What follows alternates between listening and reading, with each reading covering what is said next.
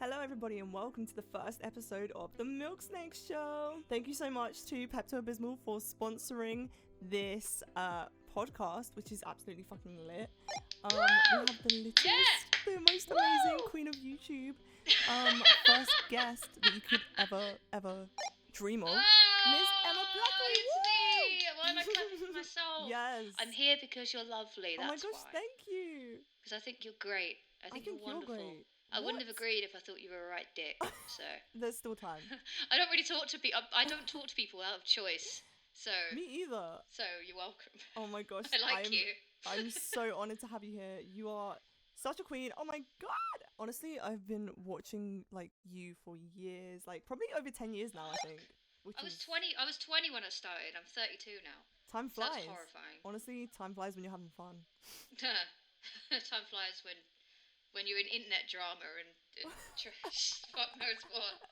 Absolutely. We're not gonna tell them that we've been talking about absolute shit for the last half an hour. Oh my gosh, but No. we have. But it's fine. Like we had a great chat. So that's all that matters, really. If you guys give it enough likes, we'll upload the bonus outtakes. You heard it here first. Interaction. See, the queen of interaction. That's what you gotta do. You gotta do it. Smash that like button. Smash that like button. Comment what your favourite fruit is down below. Oh. Don't forget to like and subscribe. Oh my gosh. Oh, she's an my actual. life is pain. My life is fucking pain. Also, just so you guys know, this podcast is sponsored by Pepto-Bismol. Thank you so much, everybody at Pepto-Bismol. Obviously, Boogie World slay. If you do want to get sexy garms with emo pop punk stuff on it, then click the link in the description and everything will be there. And you can look hot. Sexy garms, everybody! Go and get your sexy garms. Thank Down you. below in the description. Emma Blackery said it first. Come on, everybody. I need to follow in your stead. I don't get sponsorships anymore. Oh, I don't get sponsored for any videos. This isn't. This is a bit. This is a bit. Oh, good. This is a bit. It's fine. It's fine. I was about to be right wounded. I was like, hang on a minute. I want this sponsorship. Give it to me. I don't want it anymore. I don't want it. I don't want your friend's sponsorship. Oh my god. She is a silly goose, but I do have this list of questions that I want to ask you. That's a long list of questions. Oh god, no wonder you wanted to start early. You have a hair appointment today, right? I do, but it's fine. Shit. We're gonna get it done. It's gonna be great. It's already 12:30. We're gonna be here a while. We got this. So my first question for you is, please tell us about yourself and when did you start learning instruments and how did you get into YouTube? I want to know the whole story. Oh god. Okay, so I'd like to say I've been a musician for a very, very long time. Like as I always knew as soon as I was born. You know, I grew up just loving music, listening to Michael Jackson, Madonna. And then the Spice Girls were very prominent when I was about 5. So, you know, music always brought me joy, and I knew I wanted to do something with it. I didn't always have the confidence to believe that I could. But when I think I was like, oh God, I think I was 12 when I got my first guitar. I begged and pleaded with my dad to get me this electric guitar. It was an AXL snakeskin Strat ripoff. Wow. And it sounded terrible. I never changed the strings on it. It was all rusty. And I loved it. I absolutely loved it. I electrocuted myself on my little combo amp. It was brilliant. And then I threw it in the corner for a while. You know, I just gave up one day until I was about 15, 16, when I got my first acoustic guitar. Oh my god. I didn't have an acoustic guitar till I was like 15. But started, you know, playing singer-songwriter chords and, you know, just learning stuff on ultimate guitar like a lot of people do. And then I started, you know, I'd written lyrics before. I never wrote them to music. But I started doing that when I was about 16. And then about 16, 17, I started trying to make my own music. Didn't really share it with anyone. I didn't put it out or anything like that. But then I still loved pop punk, emo, things like that. So when I was about 17, I joined my first local band. We started doing the local circuits, you know, like Chinnery's in Southend and Colchester Arts Centre. Battle of the Bands, which we never won because we were fucking terrible. My voice was awful. I was completely untrained. I sounded horrendous. Fun fact, if you want to see my first band, go onto YouTube and type in The Good Night Dance. The Good Night Dance. The Good Night Dance, Southend or something like that, and you'll see me, little Hayley Williams wannabe, and you'll hear how bad I was. But that's when I started actually being an artist, as it were. And then I got kicked out of my second band. Oh man. They just brought their old singer back. They just replaced me. Didn't even tell me. They said we were going on hiatus, and then just decided to go, we're back. And I found out via Twitter. So from that moment on, I was like, you know what? I don't think being in a band's for me. So I started making my own music, started putting it out on Bandcamp, and then As you should. it was around that time I started my YouTube channel to promote my music. Hence why it's called just Emma Blackery, because I wanted to go by my artist name. And then I got caught up with YouTube a little bit of a side, a little bit of a side quest sort of thing. I was working as a waitress at the time. I was working at BHS, which is no longer there, so I can say it now. Rest in peace. And I used to come home at night and I used to watch people like Charlie McDonnell, other people who we don't talk about anymore, Dan and Phil, and things like that. And basically, I really got into like the sort of comedy aspect, like the skit stuff that was really popular in 2012. Hey guys, do you ever come home and think, and then it would like cut to a terrible cutaway skit where you'd put yourself like twice in the video, like split screen, and I got really into that. But there weren't a lot of females doing the equivalent. No. At that time, especially in the UK, we had Jenna Marbles coming up, of course, but that was still a little bit different, and she was obviously from the US. So I wanted to be like a UK female Dan Howell, basically. That was my goal, alongside with doing music. But I started reading 50 Shades of Grey and like making my comments on it, which got taken down by the publisher because I was reading it word for word. You can't do that. I was basically just doing an audiobook, but with horrible comments about how bad the book was, so I can understand why they didn't like it, really. But I started doing cutaway like skits and things like that, just basically copying everything that I loved. And I was in the right place at the right time. It was a good environment for YouTube. It was coming up, and it was fun. And people weren't doing it for the money. I didn't even start making money for the first like few months of doing it. You couldn't even you had to get like a YouTube partner in order to upload a header, like a banner. Back in my day. But things just started getting bigger and bigger from there. And slowly, I slowed down the music side because my comedy stuff was taking off. Eventually, I found the balance and started doing YouTube and comedy at the same time. But basically, it was all I just fell into it. Like I said, it's the right place at the right time, and I had the right content at the time, I think. And I'm still here. It's one of the biggest commitments I've ever had in my life. I'm not a very committal person, like with a lot of things like hobbies. I recently found out last year that I have ADHD, which sums up and explains so fucking much of my life. But yeah, 12 years I've had this channel now, and I'm still doing it, still making music, still sometimes making YouTube videos, and it was all just right place, right time. I don't know why, but for some reason I thought that you and Dan Howell like started at the same time. I have no idea why that is. No, he started in like 2009, 2010. I didn't start my channel, like my main channel, this channel that I have now, Emma Blackery, until 2012. In terms of the style that I used to do, I basically just tried to emulate everything, his mannerisms at the beginning, because I didn't really have a personality at the time. But I managed to convince people that I did, but it was just Dan Howell's personality for a bit, and then I sort of gained a bit more confidence and became myself a bit more, which had positive and negative effects. So it was. Oh my gosh, I also want to apologise for if you hear any clicking, because I'm trying to figure out how to do this. It's not like my radio show. I've never done a podcast before, so if you can just bear that in mind. Oh, I had to do I did Radio 1 once. No way. Because Radio 1 did this like internet takeover thing where they had a different guest every couple of weeks or so. Back when Dan and Phil were slowing down a bit. Yes. And I did an episode with someone that I don't affiliate myself with anymore. But it was very scary. I wasn't as nervous as I should have been.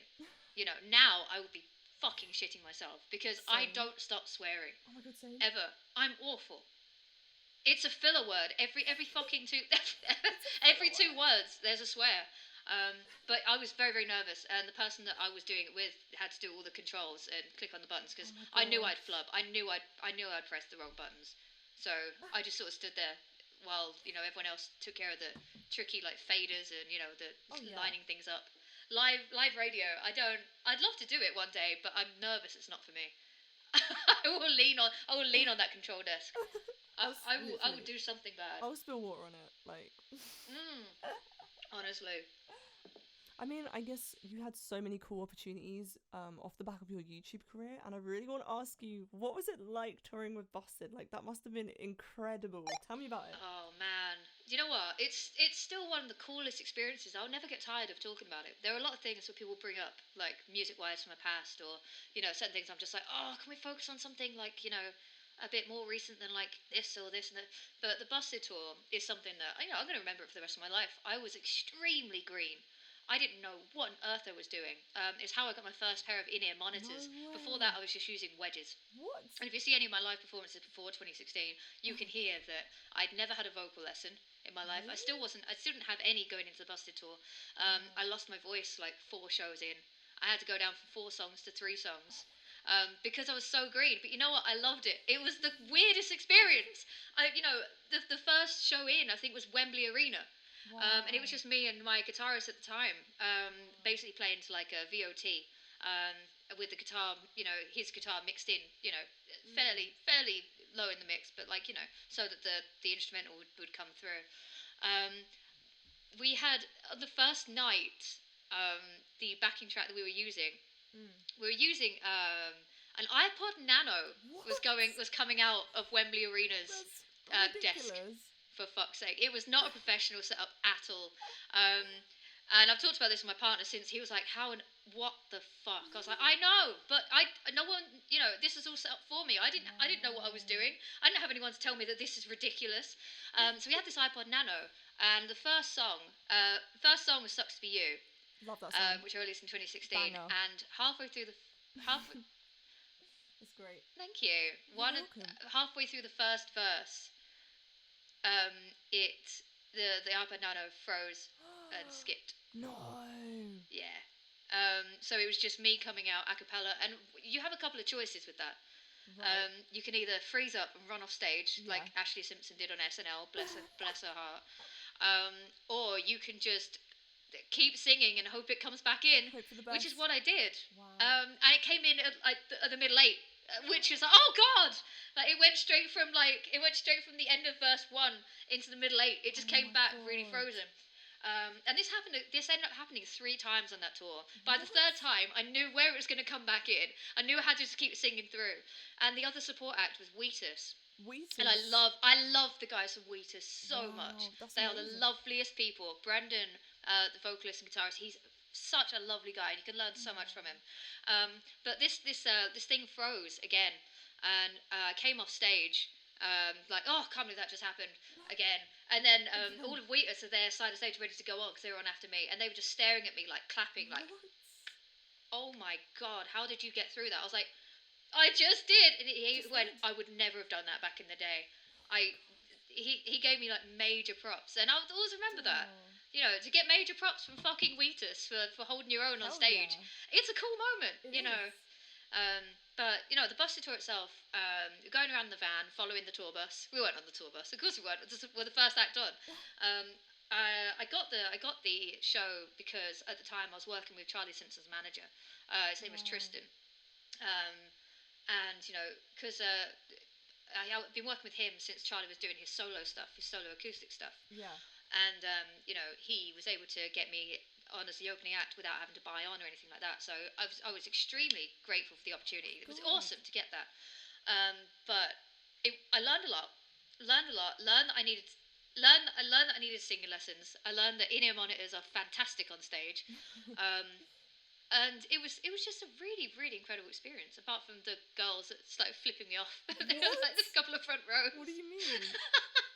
What is that? I can't remember where I was. But there was like what they called it. I think they called it like the wow pit or something Okay. like that. Where basically if you pay extra money, like you're in the middle of the thrust. So there's like a little pit in the middle.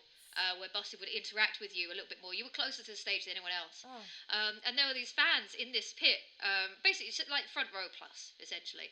And I was singing, and these 2 drunk girls just looked up at me, and they just held their middle fingers up at me as I was singing. What the I was like, okay.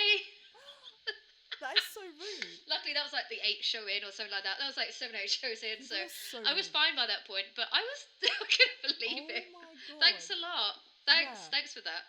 Thanks. That is so mean. Yeah, just a bit. It's pretty horrible, but it was a great experience. I learned a lot, and I'd certainly do it a lot more professionally now. Yeah. But I'm just really grateful for the opportunity. Really, it was Definitely. wicked. How has social media changed the music industry, in your opinion? Oh God, that's like when you're at school and you had like an Oh English yeah. exam, and like the final question was worth like 40 Oh points my out of gosh. like 100. Hate those ones. So you had to bring out the big guns. That's that question. Oh God. I'm I mean, sorry. I guess in theory I should be the best person to talk to about this. In Being theory. on social media for the last like 12 years and doing music at the same time. But you know what? Everything is still changing every fucking minute of So every true. goddamn day. So true. It's horrifying how at the rate at which everything changes all of the time, It is. with new apps and new ways and new deals, new everything. Do you want long-term content? Do you want short-form content? Do you have to pay to get in the algorithm? Do you have to get trending? Yeah. I've noticed. I'll start off by saying this, and I'm not saying this to garner pity. I'm not saying this to be a Debbie Downer. I'm saying this as straight facts. Mhm. If I didn't start making music and doing social media when I did, if I started today, Yeah.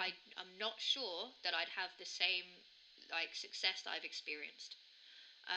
And like I said, I'm not saying that to be like, oh no, like I needed YouTube. Um, but things are moving so rapidly now, and there's so much that focuses on self promotion now. Yeah. Yeah. Um, and tricking algorithms and coming up with like little hooks for TikTok.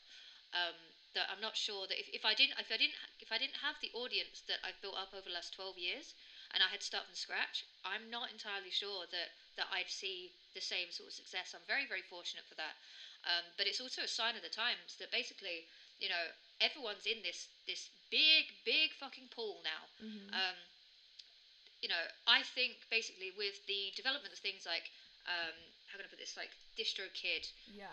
TuneCore, I think CD Baby was one. I don't know if they're still around, but basically online distribution and being able to do it independently is a godsend. It really, Yeah. really is that anyone can be an independent artist. Anyone can, I think it's great that anyone can be an independent artist, as it were.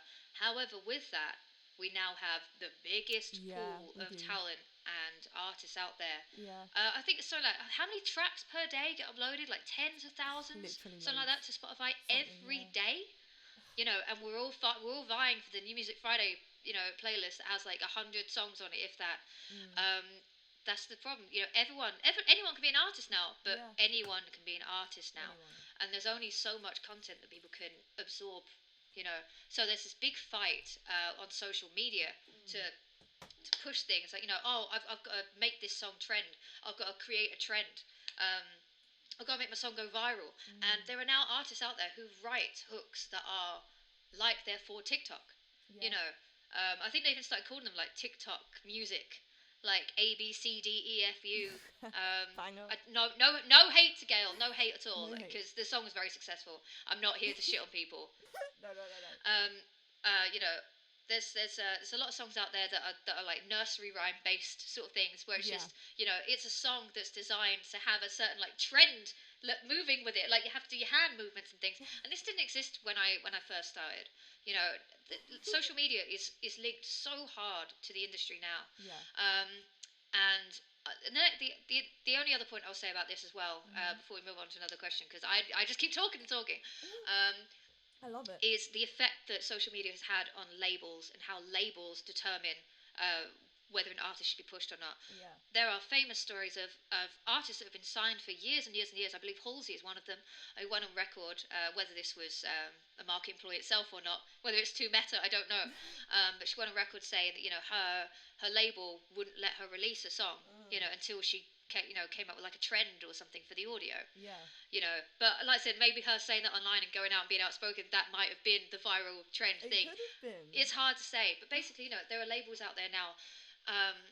Back in the day, back in my day, I'm talking like the 80s, 90s, even up until like the late 2000s. If you wanted to release music, you had to have a label. Yeah. You had to, whether it was a smaller label or a major label. The labels had the monopoly. You had to go through a major label, so you used to have to beg and plead for a label to listen to you, to pay attention. You used to have to send off what used to be demo tapes, then it was demo CDs, then it was demo MP3s. And you used to try and beg an A&R person from a label to come to your show because you had to convince them that you were good live, that this music was live and you had an audience that was building locally. So if you could convince an A&R scout or someone to come out to your show, and if they liked you, you might get signed to a 3-record deal, and they might take like 90% of all of the royalties, and you might make a lot of money, or you might be signed to a 1-album deal and then get shelved purely because you were so good, but they didn't want to actually release your music. They just didn't want other labels to. So there was a massive monopoly with labels back in the day. But now with social media and the fact that we can, everyone can upload anything that that they choose to. Music can get tens of millions of streams, hundreds of millions of streams independently. Ray is a fantastic example. Oh, she's great. She recently won how many Brit Awards? Still independent. Yeah.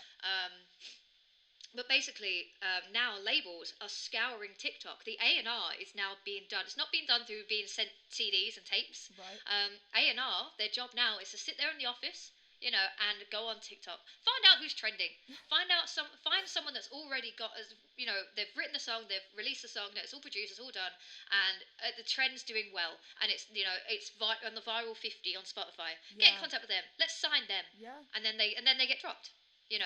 Because it's it might be like a one-hit sort of thing. You don't know. Yeah. But labels want you to do all of the work now because they've seen that the marketing can be done, via social media. Labels will say, well, what's your TikTok following? What's your TikTok standing? Like how many have you gone viral yet? And that's what they're interested in now. And that's one of the hugest changes with social media being pushed to the forefront now. And it sucks. It does. I don't like it. I just want to make fucking music. I hate to say it. I don't want to fucking, sit there like trying to make a trend, like jumping into a mirror or like pulling a bow and arrow back like the amazing Tessa Violet does. She's incredible at it. I'm not. I don't have that in me. I don't have the ability to. And my music is not like TikTok worthy, like viral trend worthy. I've tried.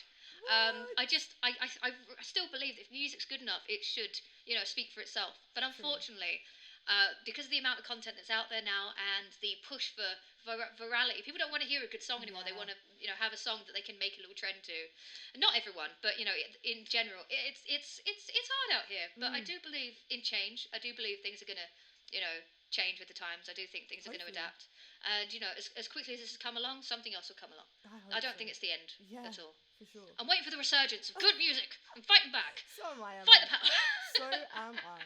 So how do you find like you deal with the hate on TikTok and I guess any other platform, because people could be so rude on there, like. Oh my god, TikTok is brutal. It really is. They're so horrible to me. I uploaded a snippet of my song. It's called Strange People from my second album. And people were so horrible. I got eviscerated. I just deleted it in the end. Oh, people were so mean. People were just like, this is certainly a song. And I was like, oh my god. I hate it when they say like, oh, this like slaps on mute. Like, I hate that so much. Oh, I've had that. Yeah, I've had that. I don't understand. You children these days, you fucking children, you're so mean. You don't have to be mean and edgy. You don't have to. You can say nothing. Where were your parents? Where were they? I was taught if I didn't have anything nice to say, don't fucking say anything. Exactly. Where is your fucking polite? This is me talking. I've been very outspoken and very horrible. Real? Use some fucking manners. You don't have to be a bitch. You don't. Literally, I don't know what they're on. You don't have to be horrible. Pack it in. Pack it in. I hope everyone felt suitably told off. I think they did, honestly. Fuckers. I don't get what you kids get off. Me either. This is just a ranting podcast. Can we have our own series, please? Yes. Because I've got so much to fucking say. I would love to have you here every single week. Like, let's just be co-hosts at this point. Fuck yeah. Fuck yeah. I would listen to this every week. Honestly, same. Although it is a lot of just the sound of my own voice. Me too. Oh, I am a bit of a dick, aren't I? Oh no. So I'm wondering, have you felt the need to change your genre or music style due to the audience and algorithmic demand, or like what's the deal with that? I feel like I kind of answered that by just saying that I don't fucking know anymore. Algorithms, like back when I'm talking like the YouTube days, it was kind of a little bit easier. You know, clickbait was very predictable, and it used to work until people got wires to it. You know, you could find things that were in the news that were trending, and you could just sort of make videos about that. Especially if you're critiquing Google, that was always a good I one. love that one. You know, the YouTube heroes, Yes. Google Plus. Use your rewind. Just shit on YouTube all the time, and you'll get views. Just bite the hand that feeds. It's a really good idea. Oh my God. It's a terrible idea. Your videos will decrease in retention, I promise you. No. Mysteriously. It's a conspiracy. No, I'm kidding, it's not. Shh. When it comes to, music and trying to make... I don't believe in making a hit to make it go viral. I try to just make good music. It's a journey I'm still on. I'm still trying to find it. Same girl. But I don't know. I don't personally. You can play the game. You can play the game to get the streams. And Lord knows I've tried. But ultimately, in time gone by, this will be another phase in music. And then you'll be left with the songs that you've written that you're not massively proud of. You just did it for the streams. You did it, to trend and things like that. As long as you're putting your best foot forward and you're making music that you enjoy, if you can make something for the algorithm at the same time, that's a bonus. That's fantastic. But put the music first, for the love of God, please. Literally, I feel like you have answered so many questions within my questions, if that makes sense. I don't know. That's great, because we've been talking for fucking ages. This is what we want. This is skipping the questions. It is. I did well at school. Can you tell? I can tell. I was an asshole at school, but they could never suspend me because I kept the year's grade up. What? I was that asshole. You're a legend. They used to threaten me with suspension. I was like, you're not gonna fucking suspend me, and you know it. You're such a baddie. I used to get in trouble for dyeing my hair blue at school. Whoa, but you're like a hair legend. And they kept threatening to take my prefect tie away because I was a prefect. What? Because I was smart, but I was a massive asshole. Oh my god. I literally only got in trouble for wearing like a hoodie into school one time because they took it away. Like this teacher, shout out Mr. Pallet, he took away my hoodie because I was wearing it under my blazer. I cried. I was so sad. But I got it back at the end of the day because I was like crying. Okay. Oh, good. Well, that's fine. Manipulation. Women in STEM. 100%. We got to do it. Had to be done, literally. When in doubt, if there's a male authority figure, start crying. Oh. Cry and go insane. Like go one step beneath shitting in your hands and clapping. They don't know what to do. They don't. They don't know what to do with an emotional woman. So just use it. I want to talk about the Google Plus song because that brought you like a whole new audience at the time. Do you think meme songs and parodies are as popular as they once were? But you don't have to answer because I know that you low-key hate talking about this song. You know what? It's fine. It's fine. I can talk about it. It was my first viral moment. So you know what? Why not? I will talk about it because I know you're not someone that just says bring Google Plus back. Please bring Google Plus live, like a lot of people do. Do they? So I will allow you to talk about this forbidden subject. Thank you. Because you do not treat this as a serious song. Good. We have established this. We've established this.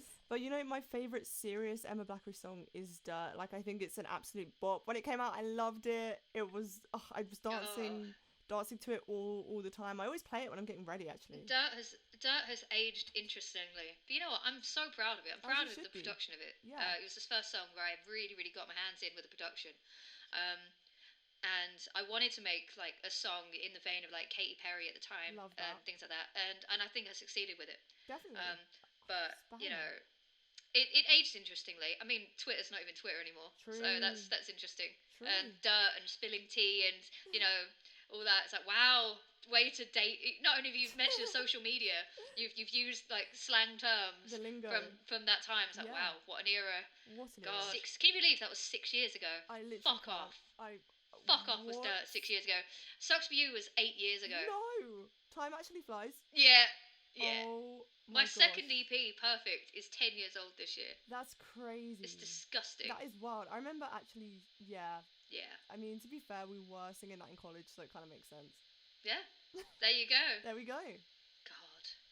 Anyway, Google Plus. Fucking hell. Google Plus, what a banger. Good memes though, good memes. It depends. The thing is, we were talking about TikTok and virality and trends and things like that. It depends on what your definition of meme and parody is these days, really. parody songs in the way that, Google Plus was a parody on everyone that had a ukulele at the time. Because that was a big thing. If you were a YouTuber, you had a ukulele. Literally. Who knew that Colleen Ballinger was going to bring that back? Oh Lord.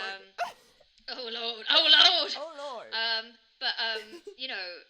I deliberately chose a ukulele, which is not an instrument that I played at all. You won't hear ukulele on any of my other stuff. No. I deliberately chose it because it was a YouTube trope. It was a comment on YouTube at the time. Yeah.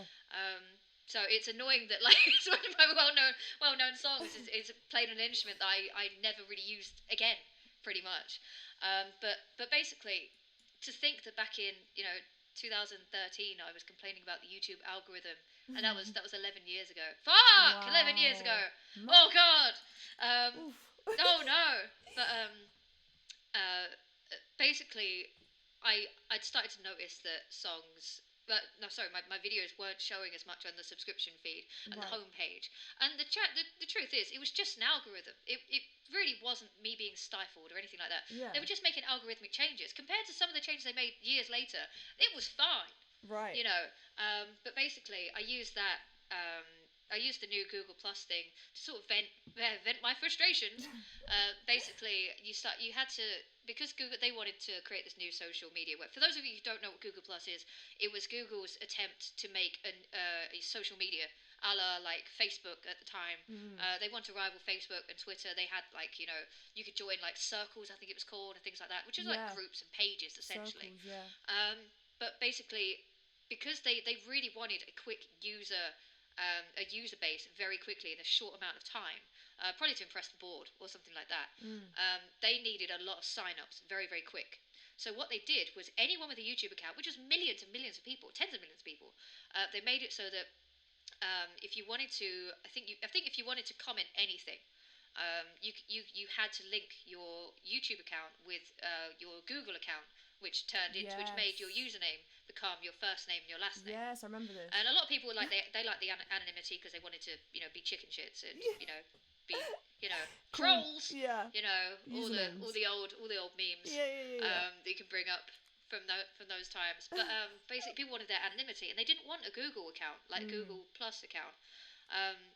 So people were rebelling that kind of change. So along with the algorithm change and the user sign up sort of thing, I was just like, we don't want it, and everyone was saying we don't want it. We don't want Google Plus. Right. So I released a song. I wrote it and recorded it, filmed it and everything in 25 minutes. No way. I then ran a bath. I uploaded it and then I went to bed, and it had tens of thousands of views overnight, and I was like, no, I'd never had that before. I was like, that's crazy. Oh no. I mean, I was excited. I was like, yes, but I couldn't believe it. I even said at the end of the video, because I was such a conspiracy theorist. I thought that Google would take it down. I said, everyone, save this video and re-upload it if it gets deleted. Oh my God. And it went viral, and I later found out from someone who was in the know at the time that my video went around the offices, shall we say. Oh, no. And while some people found it very funny, there were a lot of people who did not find it funny at all. And I have been told, I can't say this for sure. I'm not going to go on record saying it. I have been told that video going viral, because 3 million views was viral back then, you have to remember. Yeah. Videos get hundreds of millions of views now, but 3 million in the UK especially was viral. I have been told from sources that it did contribute to the decision to cull Google Plus. No way. You're the reason. Apparently I killed the website. I've been told that I can't verify it. Take it with a grain of salt, but I have been told that it contributed to the overall opinion of Google Plus and the decision to She really does have girl balls. Damn. So the power of the internet, everyone, if that is to be believed, it could be bullshit, but I love the story. I love the idea. Real. I love the power. I hope that's the real story. It's pretty ridiculous if you think about it. But like I said, 3 million views used to be viral. Yeah, now 3 million's fucking nothing. It is nothing. People can fart on TikTok and get 10 million views now. You can have a fucking egg, you can have an egg get 100 million likes on Instagram. You can have a strawberry on TikTok being one of the most liked videos of all time. It's annoying. Everything has changed. But you were honestly so smart to put up that video, because it did go viral, and you know the ways. I know fucking nothing. But I really do think we should make this a weekly thing. I'm not gonna my God, we should. I love this. I love this. I'm spunking so much in the first episode, though. You know, this is gonna be like a 3-hour podcast. I'm obsessed with it Fucking though. amazing. Amazing. I meant to ask you, what do you think of my treehouse? Like, is it cozy here? Is it a vibe? I love it here. I love the treehouse. Oh my gosh, I'm so So glad. cozy. I'm so glad. Look how nice it is in here. I always wanted a tree house as a kid. Me too, But honestly. we didn't have the money, and we also didn't have a tree. So you know, two vital things. Really. I mean, yeah, I just want to shout out the treehouse because hit up Serena, hit up the treehouse. hella legendary. But I'm wondering, like, where are you based these days? And I thought that you were in London for some reason. I'm in Birmingham. I've been in Birmingham since 2019 now.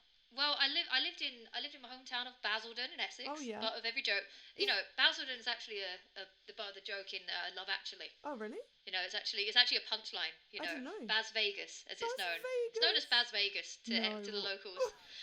It's not glamorous. It's not beautiful. That's But you know Vegas. what? It's School of Hard Knocks. That's where I grew up. Okay. You know, I sound so southern. So, you know, it was rough, but I made it out. And then I moved to Brighton in I think 2016. Oh, yeah. I needed a change of pace, Mhm. and also I had like a security issue that I was just like, you know what, I'm getting out of here. Understandable. And then I met my partner, my fiance, Aw. as he is now. Yes, which is very nice. I like congratulations. it. Thanks. I'm You're newly welcome. betrothed. Oh, Or does that mean engaged? Does that mean married? I don't fucking know. I'm not sure. But it's gonna get married at some point. We haven't even started planning it yet. But basically, he's from here, so we moved up here together, and Oh. it's very nice. I like it. Lovely. I think it gets very unfair rap.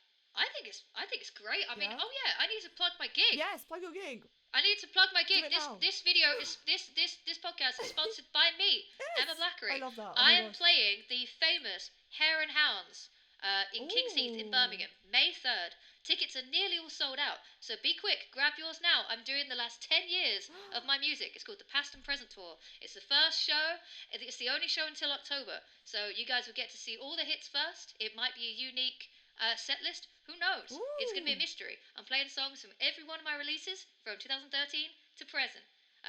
Not every single song, but songs from every release. Otherwise, we'd be here for hours and hours and hours. Come along. It's going to be fun. Tickets will be somewhere. Description. There we go. Yes. Thanks. Thank you. Thanks. So long as this comes out before May 3rd, we're all good. Is there a London show by any chance? There's a London show playing The Grace. It is in late October. You have to forgive me, I cannot remember the date. I think it's the 26th of October, I believe. But tickets are easy to find. Just go on the old search engine, type in Emma Blackery tickets, and you'll find them. You will. They'll find them. They will find Yeah. them. It's gonna be good. It's gonna be great. Is there anything that we should look out for? What kind of? Well, I'll give you a I'll give you a snippet, Okay. a little tidbit that no one's heard yet. Okay. I'm opening with Sucks to Be You. No, that's my I'm favourite. opening with it. That's I my haven't opened favourite. with Sucks to Be You since 2016. What a banger. So there you What- go, exclusive info. I'm so excited. Oh my gosh. I was doing a studio session recently and my client wanted to make a pop punk song and I actually used that song as a reference track. I was like, this No is what we're going way. with. Sorry. Oh my god, Honestly. I love it. Yep. Honestly, I live my life as an artist through reference Me tracks. I've just been too. like, Has to I be want to done. make this song, It but has to mine. be. Yeah. So to hear that I've been a reference track, Yes. it's come full circle, bitches. Yes. Oh, yes, Full yes, circle yes. moment. I love it. Yes. I fucking love I'm it. so happy for this moment. It really reminded me of like old Avril Lavigne. Yeah, it was pretty much trying to be in that vein. I started writing it quite some time ago, and it was about my old band that I got kicked out of that I told you about Oof. earlier on. Those people. It's kind of a mix between being about like an ex from when I was 16 and my then band. Okay. So they just blend them into one. You know, the line, I got a tattoo, a picture of us, now I can't wait to get the damn thing lasered off. Yes. I actually had a tattoo on my leg of a van with smoke coming out of it. Oh, It was a terrible really? tattoo. I'll try and find the picture for you. Okay. But basically, my second band, the one that I got, kicked out of essentially. Yeah. We were going to a gig and we got involved in a crash. Oh my god. A crash that I wasn't driving. I want to say I was not complicit in this. You were not driving. But basically, there was a great smash on the motorway. I think it was like the M23. Oh my god. And we absolutely totaled the fucking radiator in this van. Went straight to the back of a smart car. Everyone was fine. No one was hurt or anything like that. But basically, we had to drive down the road with fucking the engine overheating, and it was horrendous. Oh my god. And because I was like, yeah, all for one, one for all, we're gonna be in the band forever. Very Paramore vibes, like it's like brand new eyes times 1,000. Brand new eyes.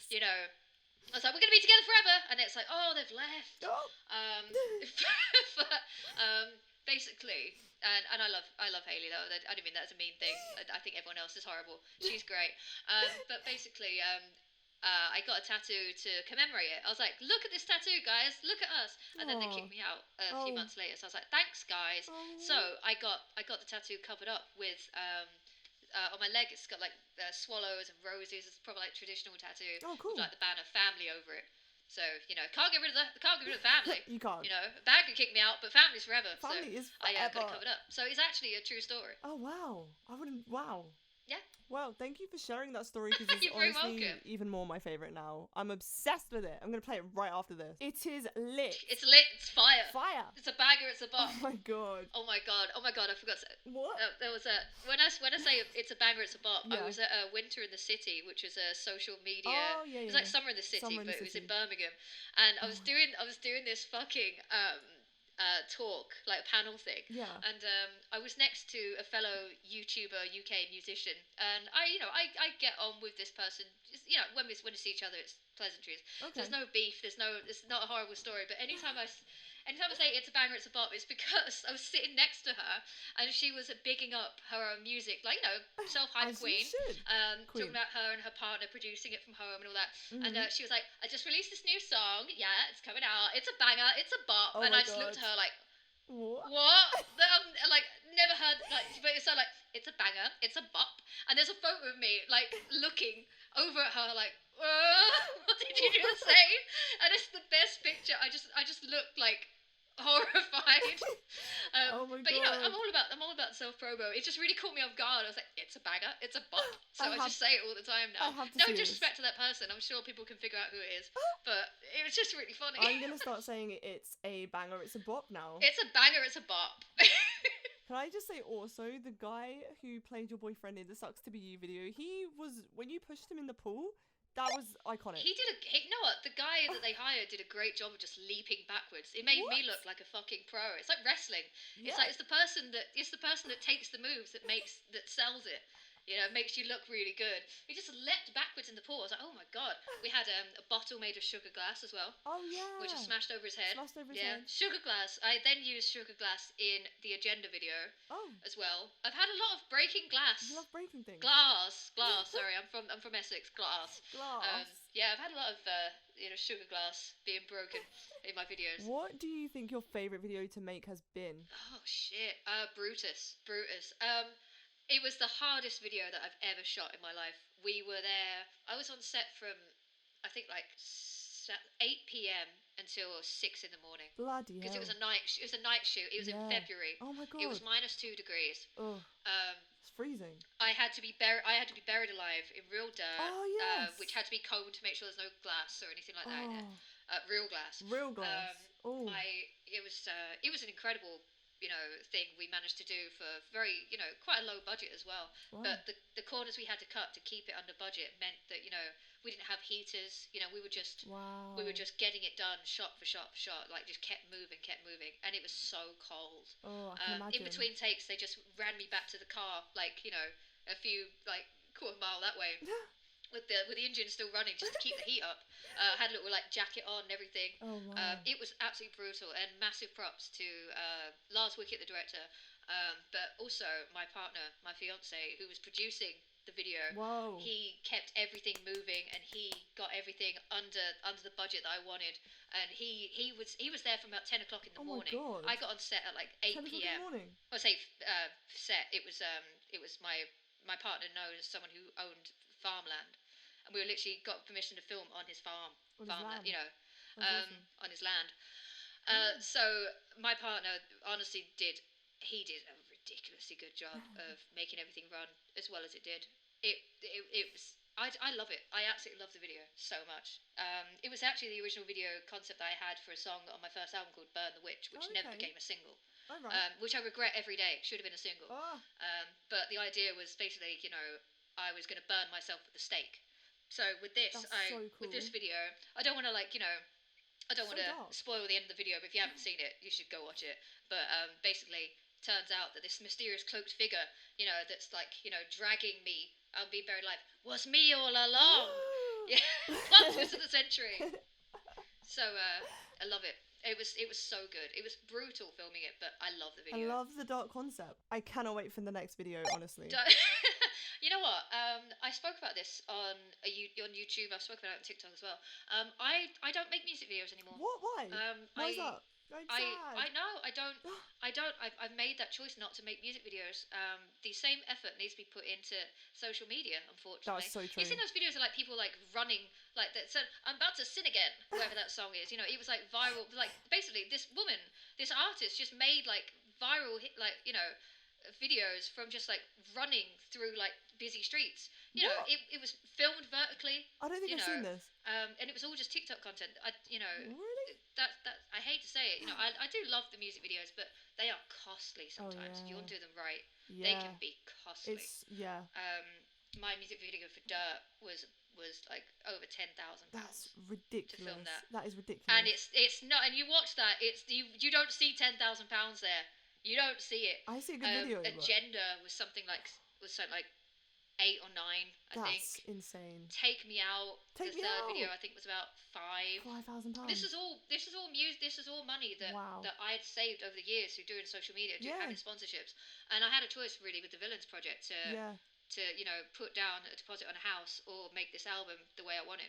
So I'm still renting. Musician life. But it's very easy to let money run away, especially when you're surrounded by people that tell you you're building a story and things just cost this much and this is the way it works. It's very easy to be surrounded by people that are happy to spend your money for you. And if we ever do get on to talking about things I'd advise young artists to do, please do. Read your fucking contracts and look after your bottom fucking line. Don't give someone the ability to spend on your behalf. Read everything and keep control. Keep your eyes on the fucking prize. Because there was a lot of things looking back, like budget wise. It makes me shudder. It's good advice. That is good advice. Well, another one is, we were talking earlier about labels and the monopoly they used to have.